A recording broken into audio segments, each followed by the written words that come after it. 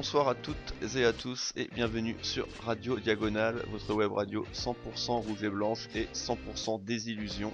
Désillusion une nouvelle fois puisque l'AS Monaco recevait au stade Louis II Dijon, un match qui semblait sur le papier être parfait pour enfin lancer un début de renouveau, mais malheureusement Monaco qui n'a pu faire mieux qu'un match nul, 2 buts partout. Heinrich avait ouvert le score avant que Dijon égalise par l'intermédiaire d'Alphonse, puis ne prenne l'avantage grâce à Abed, et enfin c'est Kamil Glik qui, à un quart d'heure de la fin du match, a égalisé pour l'AS Monaco. L'AS Monaco qui donc compte toujours 7 points, qui est toujours avant-dernier, et qui a même été pas loin d'être dernier, parce que Strasbourg a égalisé dans les dernières minutes face à Guingamp. Donc Guingamp est à égalité de points, mais un goal average inférieur au nôtre. Donc Monaco est toujours 19ème. Et pour m'accompagner, pour parler de cette rencontre, je serai avec Nicolas. Salut Nico. Salut. Bon bah voilà Nico, c'est malheureusement ce match-là qui semblait être le bon, mais comme celui d'Angers pouvait être le bon, même comme celui de Strasbourg semblait être le bon, et j'en passe. Malheureusement, une nouvelle contre-performance, une nouvelle désillusion. Donc déjà rapidement, je vais te demander ce que tu as envie de retenir de cette rencontre. Tu l'as dit en préambule, Dijon c'était avec Monaco l'équipe qui avait pris le moins de points sur les 7 dernières journées. Je crois qu'ils étaient à 2 points pendant que nous on était à 1 ou le contraire. Donc c'était pas non plus des foudres de guerre, c'était le match parfait à domicile pour essayer d'avoir la première victoire sous l'ère Henry. Malheureusement, ça s'est pas passé comme prévu. On a évité une 7e défaite en 11 matchs. On a évité, comme tu l'as dit, de prendre la dernière place. Mais malgré tout, c'est encore un mauvais résultat et on n'avance pas. Hein. Comme tu le dis, on attend toujours une nouvelle victoire. On attend de pouvoir se lancer. À chaque match, on se dit tiens, c'est des équipes assez faibles, on va pouvoir en disposer. Mais finalement, on n'arrive pas à gagner et c'est ça le pire. Contre qui on va gagner en fait? On n'arrive pas à gagner, et puis on n'arrive aussi pas vraiment à être, enfin en tout cas ce soir, à être dominateur. Autant il y a eu des matchs où on manquait quand même un petit peu de chance peut-être, un petit peu de réalisme. Autant ce soir, c'est quasiment l'inverse, quoi. On peut même dire qu'on s'en sort plutôt bien avec ce score. Donc de toute façon, voilà, on se répète inlassablement de semaine en semaine maintenant, et plus les rencontres passent, plus c'est inquiétant. Parce que les équipes devant nous, elles vont pas non plus très très vite, mais Non, c'est ça. Ouais. Nantes semble C'est aller notre un peu chance. mieux. En fait, la seule équipe qui nous a vraiment distancé dernièrement, c'est Nantes, puisque du coup là, ils ont gagné 2 rencontres de suite, donc ils ont 12 points. Après, c'est sûr que les autres équipes, type Amiens, type Guingamp, ont également du mal, mais bon, ça, malgré tout, c'est très très inquiétant tout ça, donc on verra. De toute façon, on va bien finir par pas regagner un match, hein, mais bon, on Non, mais c'est verra. vrai que c'est notre chance d'avoir les équipes. T'as quand même plusieurs équipes qui sont à 11 points, donc ça reste 4 points. C'est pas non plus beaucoup pour l'instant, mais bon, c'est vrai qu'à chaque fois, on se dit qu'on va se rapprocher, et finalement, on se rapproche pas non plus. Donc, c'est un peu une double sensation d'être pas trop décroché, mais en même temps de se dire, on est quand même 19e.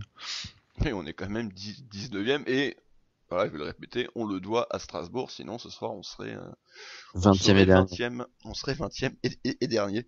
Bon, maintenant on va tout de suite parler de la composition de l'équipe. Nico, bon, déjà la première bonne nouvelle, c'était quand même, on avait le retour de notre gardien numéro 1, et j'insiste bien sur numéro 1, à savoir Benaglio dans les buts. Bon, même si la prestation de Badiachil n'avait pas été dramatique cette semaine, Sedouci par contre ça avait été beaucoup plus compliqué. Par contre, on a vu que au niveau de la compo, il y a eu un changement de dernière minute. Alors, comme je te disais, puis d'ailleurs toi aussi, visiblement, j'étais pas devant l'avant-match, donc je sais pas exactement ce qui s'est passé. En tout cas, Chadli était prévu titulaire. Au final, c'est Barreca. Donc très certainement aussi un changement tactique, Nico. Oui, puisque sur la composition proposée, bon, ils avaient mis un 4-4-2 avec Aoulou arrière gauche, mais ça se dessinait plus un 3-5-2, une tactique qu'affectionne Henry, notamment pour l'avoir faite avec la Belgique, enfin sous les ordres de Martinez, mais la manière dont joue la Belgique, donc et c'est la manière dont a joué Henry depuis le début, mais donc Chadli remplacé par Barreca, du coup on est parti sur un 4-5-1, on va dire plus classique, avec Barreca qui a pris le couloir, le poste de latéral gauche, et Oui, Aoulou qui est remonté au milieu. ouais, 4-5-1 ou 4-3-2-1, selon comment Ouais. on voit les choses, mais est-ce que Golovin était vraiment excentré? Bon, mais oui, en tout cas, on avait une défense à 4, alors qu'a priori, on semblait partir une nouvelle fois, du coup, vers une défense à 3 Mm. avec donc Heinrich, Glick et Jemerson, notre bon vieux Jemerson qui met toujours pas un pied devant l'autre.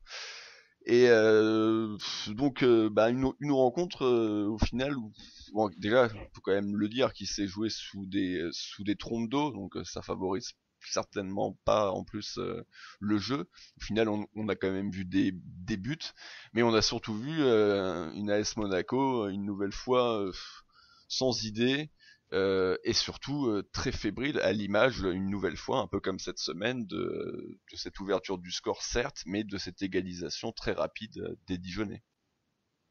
Oui, t'as eu beaucoup de d'imprécisions techniques, que ce soit du côté monégasque ou dijonnais. Et ça, bon, le temps, c'était pour les deux, mais je veux dire, il y a eu quand même beaucoup d'imprécisions, que ce soit les milieux envers l'attaque ou nos attaquants aussi, qui n'étaient pas très précis, à part Sofiane Diop. Oui, Mais oui, Monaco a vite finalement ouvert le score sur une action un peu construite, donc ça fait plaisir. Une action dans le jeu aussi. Beau centre de Barreca et Henrich qui pour le coup place une belle frappe. Mais encore une fois, comme ça s'est passé à Bruges mercredi, on a vu que Dijon est assez vite revenu et trop rapidement sur une action en plus assez anodine, hein, puisqu'on voit Balmont qui a tout le temps de faire une passe millimétrée dans le dos de la défense pour son latéral en plus. 5 minutes après l'ouverture du score, donc on peut se demander qu'est-ce qui se passe dans la tête de Monaco. Est-ce qu'ils ont, en plus, pour le coup, en défense, t'as quand même Glick et Gemerson qui sont des joueurs d'expérience, qui ont quand même pas mal de bouteilles allez, et de caractère, et on voit que c'est pour l'instant c'est un mal récurrent où on prend un but assez rapidement après avoir ouvert le score. Donc malheureusement, ça nous permet pas de gagner de la confiance. On donne tout de suite l'occasion à l'adversaire de reprendre lui confiance et de se dire ah bah tiens, on y arrive assez facilement à mettre un but à cette équipe. c'est vrai. À noter que c'était la première fois depuis la mi-septembre qu'on menait en Ligue 1, parce que la dernière fois c'était face à Toulouse, sur une frappe de Yuri Tielemans. Toulouse avait égalisé aussi. Depuis, on n'avait jamais mené au score en Ligue 1. On avait mené par 2 fois en Ligue des Champions, contre Madrid et puis plus récemment face à Bruges. Mais c'est vrai que là, pour une fois qu'on menait enfin, bah, malheureusement, ça aura vraiment pas duré longtemps, même si Benaglio avait retardé quelques instants avant l'échéance en s'imposant bien. Malheureusement, sa sortie est certainement pas la plus belle sur le coup, mais bon, on va voir quand même pas dans la suite du match qu'il a quand même réalisé une bonne prestation, donc Ouais, c'est dommage qu'il sorte pas. Franchement, moi j'ai trouvé sur le coup, on voit qu'il fait un pas d'arrêt. On voit que Barreca aussi, enfin un peu tous les acteurs de cette action, ils savent pas trop qui va aller et donc personne n'y va à fond finalement à part le Dijonais. Et pour le coup, Benalio, oui, même s'il a fait plusieurs arrêts, là, j'ai trouvé qu'il aurait pu sortir plus franchement et gêner encore plus le joueur adverse. C'était un peu trop facile, j'ai trouvé que, comme il a conclu le Dijonais. ouais, tout à fait. Et après, donc une rencontre qui va un peu basculer du côté dijonnais et Monaco qui va clairement être bougé pendant toute la fin de première mi-temps et pendant une grosse partie de la deuxième avant un sursaut en fin de match. Et encore, Bon, bon, un mini sursaut. oui, non, mais enfin oui, mais bon, du coup, Un eh, but et c'est tout, quoi. il nous en faut tellement peu que le moindre petit sursaut, on trouve ça exceptionnel, hein. Donc, mais oui, donc voilà, un Monaco sans trop d'idées. À noter Henry quand même qui a procédé à quelques changements, dont la sortie peut-être pas anodine de Yuri Tielemans, qui semblait peut-être être un petit peu intouchable. Et ben, il a fini lui aussi par sortir à la 72e minute de jeu, sachant que l'autre changement avait été Aoulou. Donc, je sais pas ce que t'en penses, mais pour moi, ça synthétise bien quand même pour moi ce qui est le vrai problème de cette équipe, hein, parce que certes en attaque on a là en plus on a vraiment que des jeunes joueurs, donc ils ratent beaucoup de choses, mais est-ce qu'on peut vraiment leur en vouloir? Forcément il y a de la frustration, mais que ce soit le petit Diop, il fait des bonnes choses, Silla, même si dans le dernier geste c'est évidemment loin d'être encore satisfaisant, mais il a au moins le mérite de se battre. La défense est en difficulté, mais moi j'ai surtout envie de pointer quand même du doigt ce milieu de terrain qui, du coup, ne donne pas des bons ballons à notre attaque et qui laisse un peu aussi notre défense Mm. complètement à la merci des attaques adverses Ouais. et même Dijon qui pourtant sur le papier c'est pas c'est Non, pas ils se sont extraordinaire. amusés et puis on l'a vu. Il y a eu plusieurs occasions où on voyait une grande distance entre la défense et le milieu, comme tu dis, où le joueur dijonnais a eu tout le temps de prendre le ballon, que ce soit un deuxième ballon ou une passe en retrait, et pour pouvoir tirer ou ensuite réorienter le jeu. Et d'ailleurs, le deuxième but, il arrive comme ça, la passe en retrait, t'as personne qui va le gêner. Il y a deux ou trois passes aussi dans la surface où tu vois Tillmans qui est un peu en retard, et ses compères aussi. Donc ouais, les trois milieux qui ont un peu le même style finalement avec Benasser, Tillmans et Aoulou.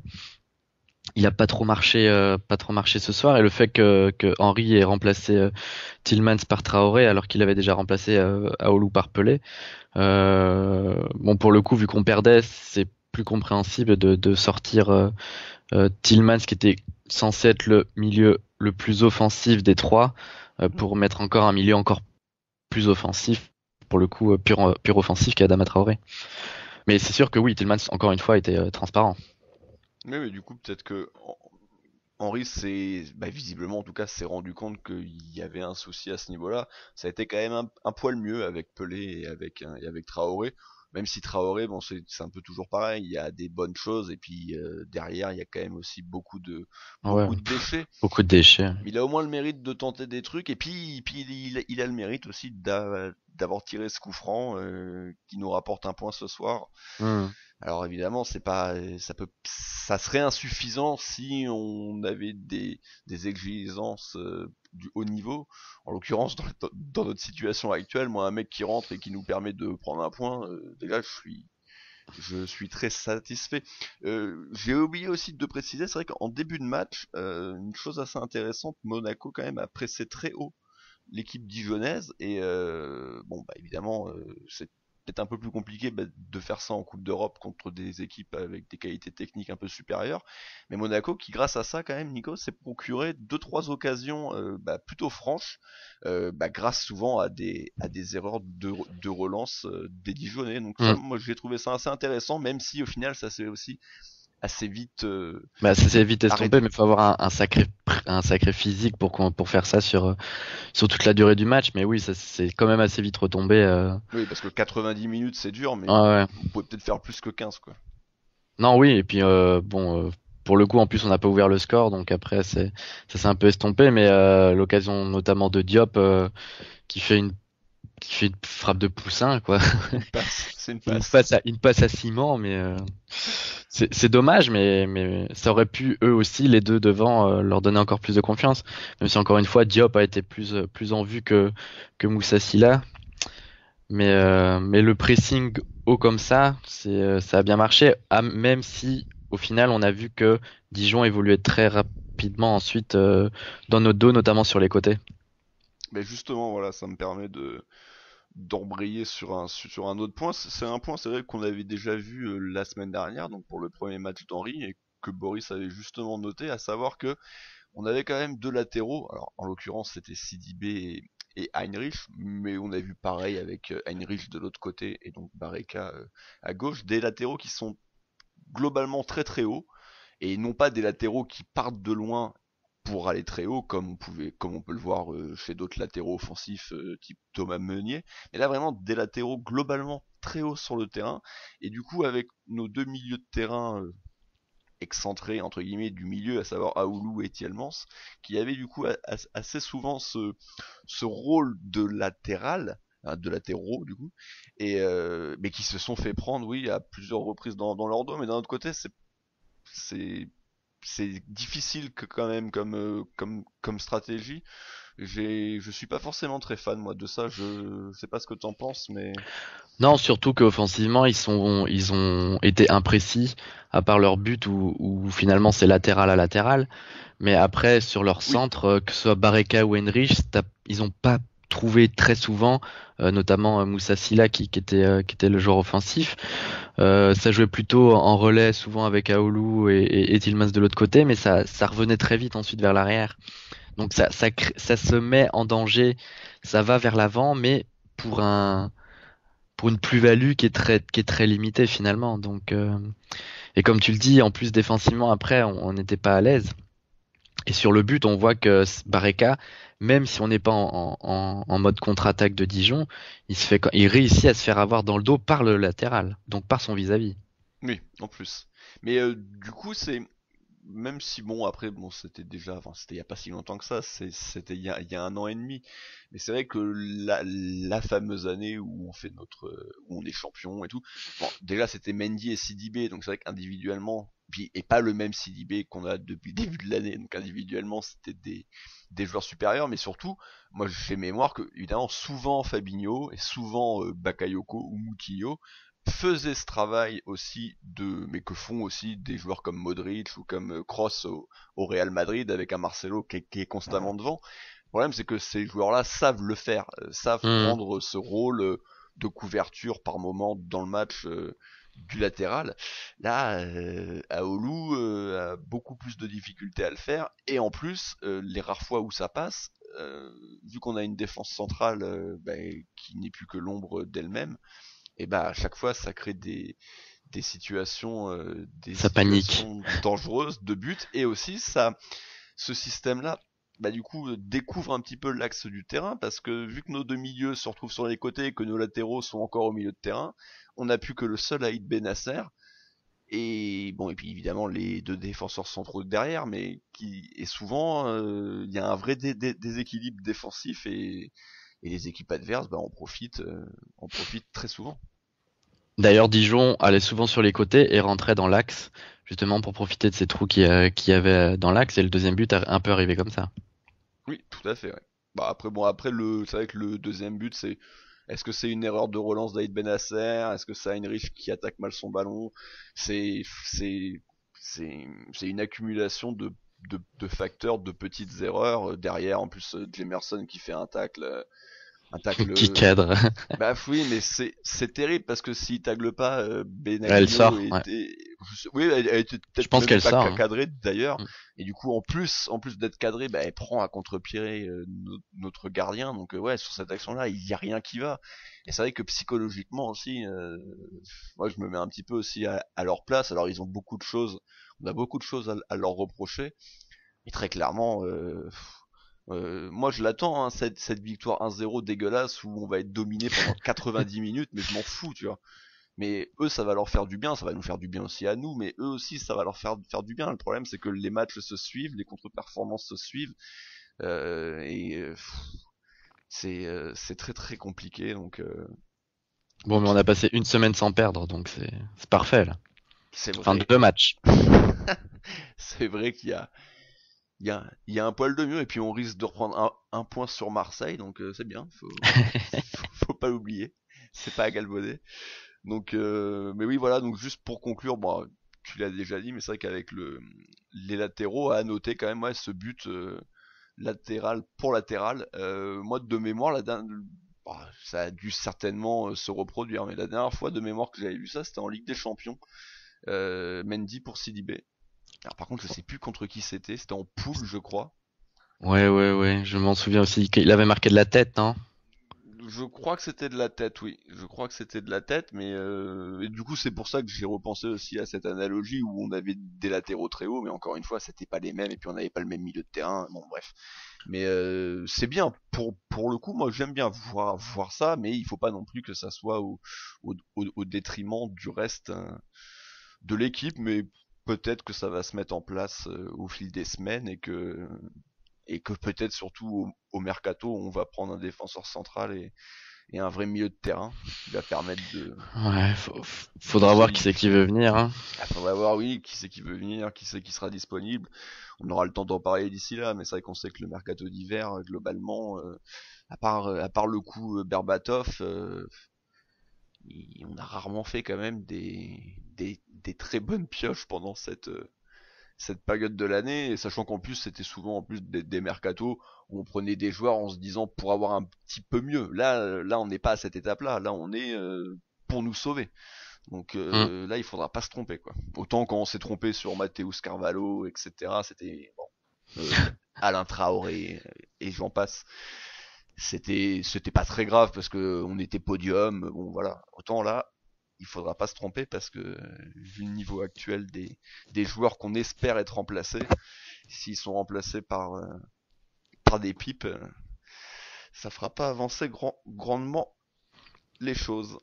En tout cas voilà, donc Monaco qui s'est incliné, j'allais dire non, mais qui a Il faut réussi changer, donc c'est fini ça. ça c'était avant. Maintenant tout va mieux. Donc Monaco voilà qui prend un point et bon, bah, maintenant Monaco qui va avoir une semaine de travail pour préparer la prochaine rencontre. Et on l'espère que ça sera enfin une victoire et qu'on pourra faire un débrief d'une victoire parce que ça fait quand même longtemps maintenant qu'on n'a pas gagné. Donc on Ah bah, verra. ouais, depuis août. D'ailleurs, le prochain match qui est contre Reims, un adversaire là aussi direct, puisqu'ils sont avant leur match de demain, ils sont à 11 points. Donc encore une fois, match Ah oui. parfait, on va dire, pour aller chercher cette victoire qui nous ferait du bien et qui nous rapprocherait du haut classement. Mais bon, Bah, on dit ça toutes les semaines, hein, comme on l'a dit, hein. à noter ouais, que le calendrier monégasque là va pas être facile. De toute façon, il n'y a rien qui est facile hein, depuis le début de saison. On se déplace à Reims. Bon, après, il y a la réception de Bruges, la réception du PSG. On se déplace à Caen, donc petite équipe encore une fois, mais à chaque fois on s'y déplace, comme pour Reims. On se déplace à Madrid, donc là bon, ça va être très compliqué. Et après on reçoit Montpellier, et Montpellier qui est en pleine bourre, qui a encore gagné ce soir. Mm. Donc ça veut dire que on a deux déplacements chez les petites équipes, mais c'est des déplacements, et nos deux réceptions, c'est Paris et Montpellier. Donc les deux équipes les plus en forme, Paris, on parle même plus d'être en forme à ce niveau-là, mais Montpellier aussi qui est très en forme. Donc et derrière ça, on recevra Nice. Donc et on ira à Lyon. Donc là, quand je regarde le calendrier, je me dis que si on gagne pas à Reims, Ouais, on, ça on va. peut rester à 7 points pendant un moment, quoi. Donc, D'ici la trêve, oui, pour atteindre la barre des 20 points, ça va être il va très falloir compliqué. s'accrocher, quoi. Ouais, c'est quasiment impossible. C'est quasiment impossible. Honnêtement, à atteindre les 20 points, il nous reste donc 8 matchs. Oui. On en a fait 11. 13, ça ferait 13. On en a fait 11, donc il en reste 8. Je dis pas de bêtises pour aller à 19, c'est ça? Ouais, ouais. Bah. Ouais, ça veut dire 4 victoires et un nul en. Non, bah non, c'est mort. Enfin, c'est pas mort, après on sait pas. Mais ça paraît très très compliqué quand Non, même. Donc, ça paraît compliqué, surtout que oui, quand tu surtout. reçois Dijon, l'équipe la pire depuis le mois d'août aussi, et que t'arrives pas à gagner et que tu t'es fait balader sur ton terrain pendant les deux tiers du match, oui, c'est sûr que ça n'inspire pas la confiance au moment de faire des pronostics. Bah voilà, donc du coup, je vous invite, hein, chers auditeurs, à regarder notre calendrier en Ligue 1, hein, parce que bon, les deux rencontres de Ligue des Champions, puis il devrait y avoir une rencontre de Coupe de la Ligue aussi qui devrait se glisser par là. Euh, Celles-là, on les oublie, mais juste regardez et comptez les points, voilà, qu'on devrait prendre. Ça risque de faire un peu mal à la tête, mais après, sait-on jamais, hein, sur un malentendu, ça peut marcher. Bon voilà, on a fait le tour sur la rencontre. De toute façon, ça va être un débrief relativement rapide, hein. Il n'y a pas grand-chose à dire. Les matchs se suivent et se ressemblent. On va passer aux prestations individuelles, Nicolas. Et bon, on va commencer par le top. Le top, le joueur que tu as envie De mettre en valeur. de mettre en valeur, voilà. Ouais, j'avais pensé à Sofiane Diop parce il s'est quand même pas mal débrouillé ce soir et on l'a vu plutôt à l'aise, en confiance. Il a tenu 90 minutes. Au niveau physique, il a quand même tenu la route. Il s'est créé quelques occasions, etc. Mais à côté, il y a eu Diego Benalillo qui nous a quand même sauvé la mise deux, trois fois, notamment c'était quand la toute fin de match, la 88e, où il y a le coup franc en rentrant, là, il te Oui. sort un arrêt du pied euh, qui a fait du bien parce que moi je la voyais dedans. Et ça arrive souvent dans ce genre de coup franc où finalement personne la touche, ça finit au fond. Donc je vais mettre Benalillo, mais Diop est juste derrière et je tenais à le souligner aussi qu'il a fait une très très belle prestation. Malheureusement, ça met encore en avant la pauvreté de l'effectif parce que tu peux quand même pas te reposer sur un gamin qui est arrivé cet été de Rennes et qui est encore en post-formation, quoi. Ouais, tout à fait. Moi, je vais rien rajouter parce que je suis d'accord. Pour moi, c'est également ces deux-là, voilà. Benaglio parce qu'il nous permet de sauver le match nul et Diop parce que sur le terrain, ça a été le plus en vue, même si, voilà, il y a encore du déchet. Pour ce qui est du joueur qui a été le moins bon, pour toi.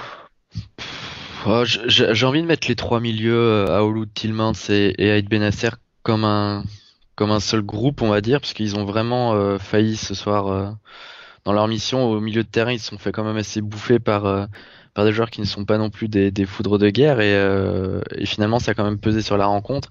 Et surtout, ils créent pas, ils font rien, quoi. On n'a rien vu. Ils aident pas du tout à la transmission, ils aident pas du tout à la fluidité du jeu.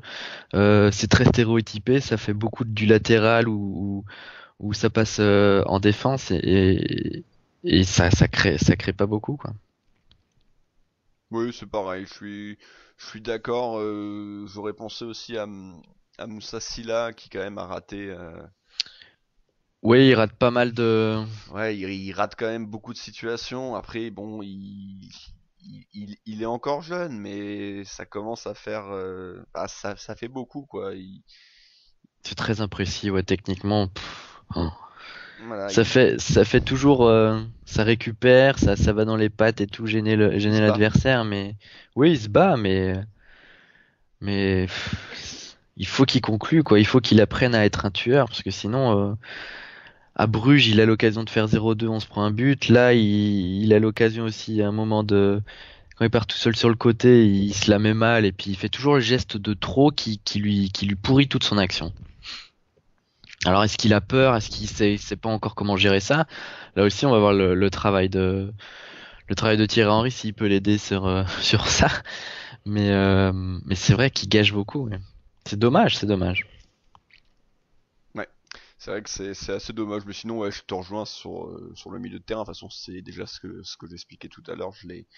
Ils aident pas assez offensivement et défensivement, ils laissent trop notre défense qui est déjà en difficulté et pas en confiance, mais en plus, ils les laissent à la merci Ouais. des offensives adverses. J'aurais eu envie de mettre Baïd Benasser peut-être un poil au-dessus, mais c'est vrai que sur le deuxième but, il y a sa relance qui est un peu.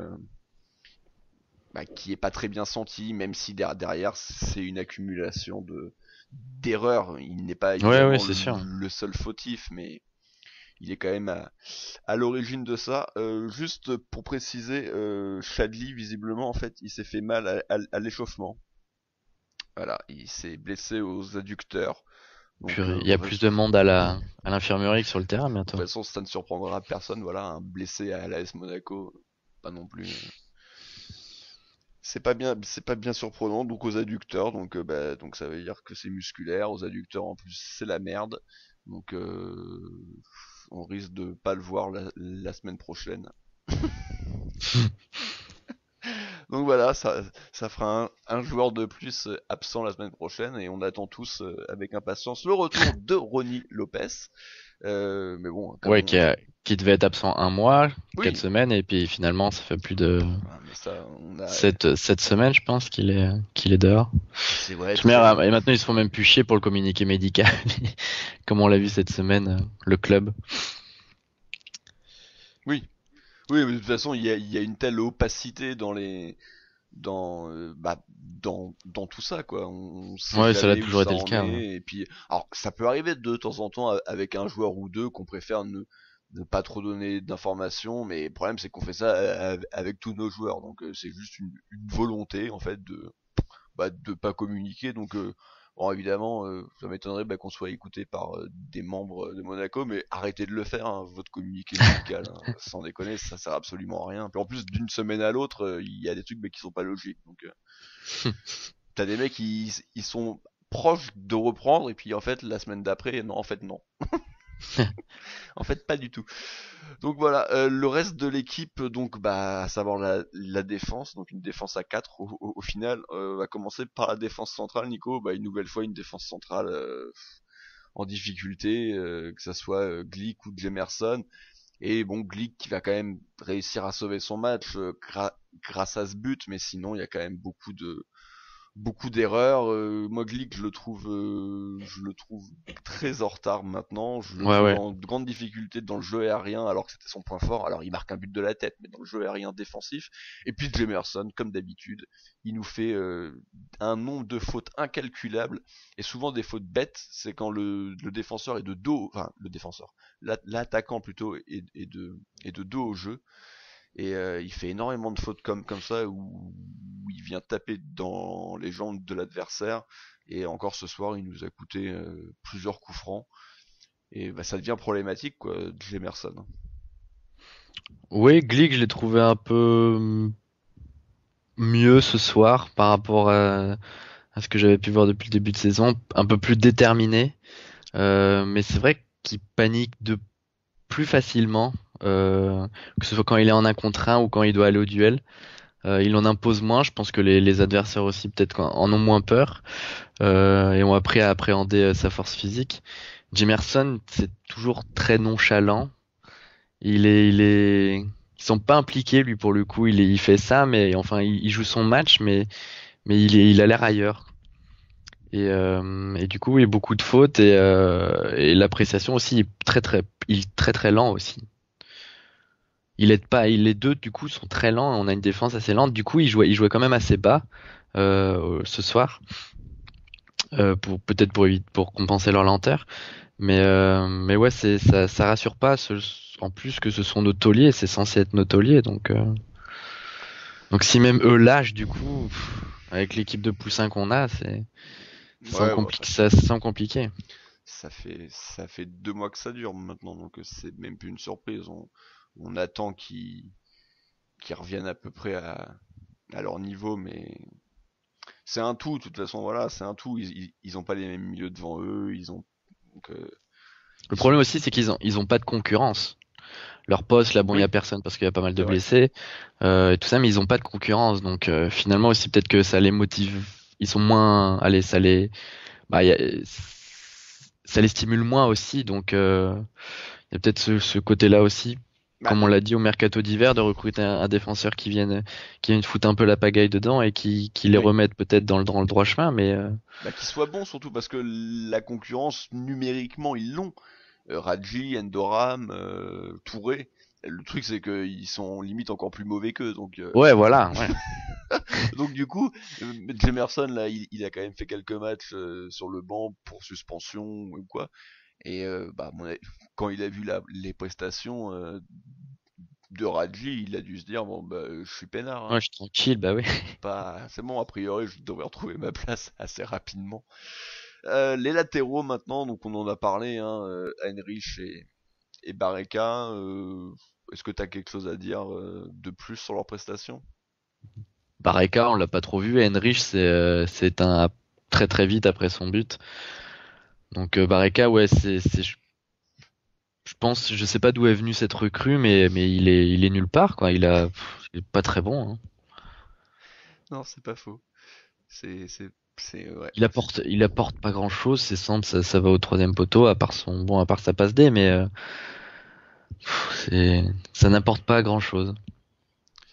Ça n'apporte pas grand-chose, et donc on va finir par, enfin, pour ce qui est du dernier titulaire, parce qu'on pourra parler rapidement des deux entrants, et par Golovin, hein, voilà, moi Golovin, je l'ai déjà dit cette semaine, je continue de le dire, faudrait pas qu'il nous fasse une Tielemans,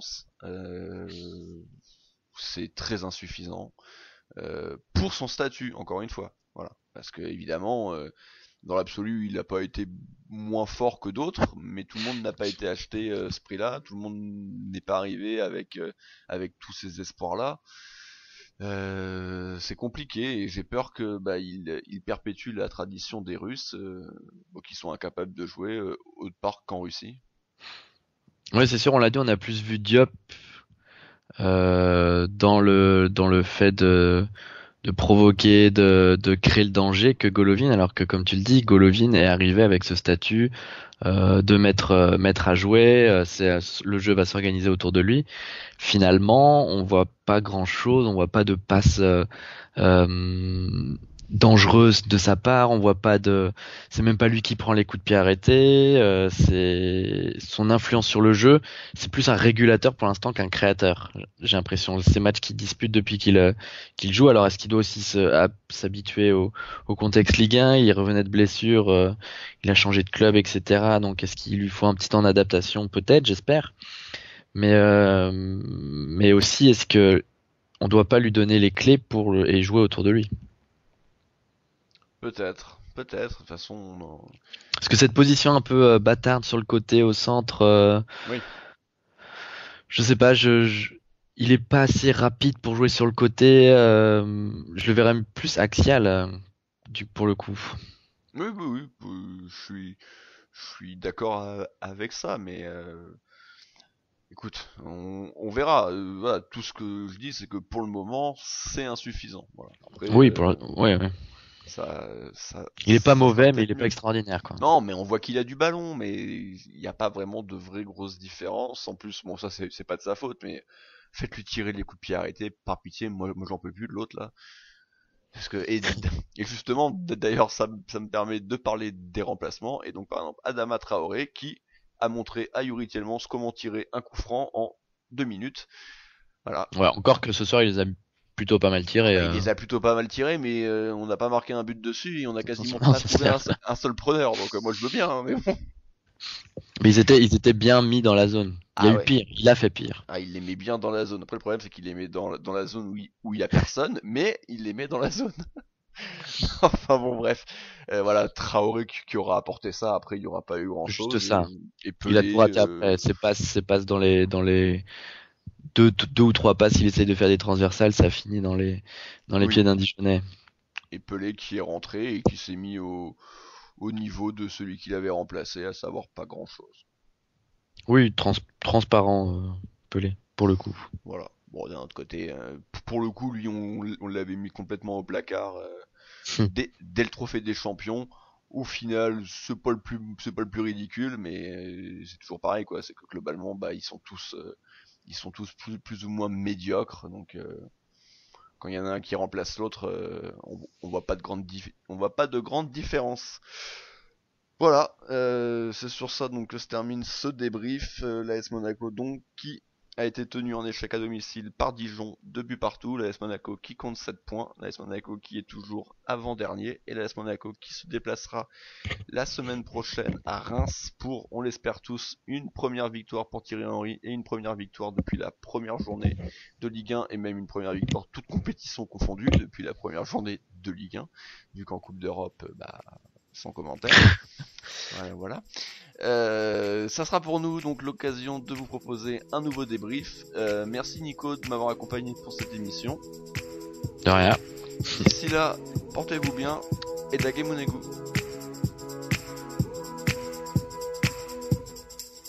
Et bisous.